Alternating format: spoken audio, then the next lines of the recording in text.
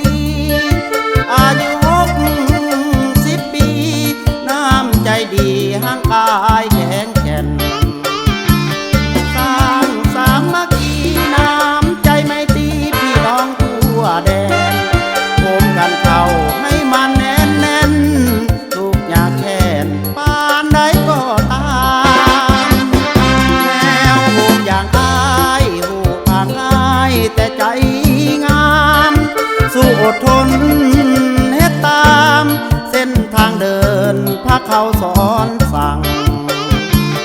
แนวลาวสร้างศาสตร์ใจ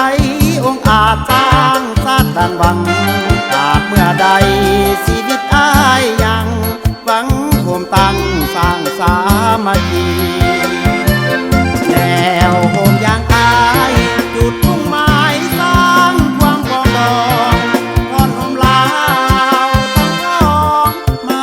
ปรองดองทุกชนชาติเผ่ารุ่นลาวสาวหนุ่มมาพุ่มลุมสร้างบ้านเมืองเฮาที่มาเถิดลูกลาวล้านลาวมาห่มเข้าสร้างบ้านแปลงเมือง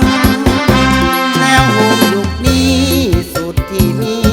ความหมายสำคัญบ่แม่นโฮมทุกอันสำคัญ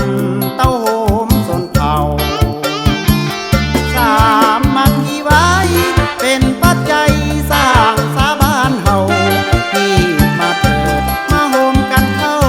มาสร้างบ้านเฮาให้วัฒนธรรม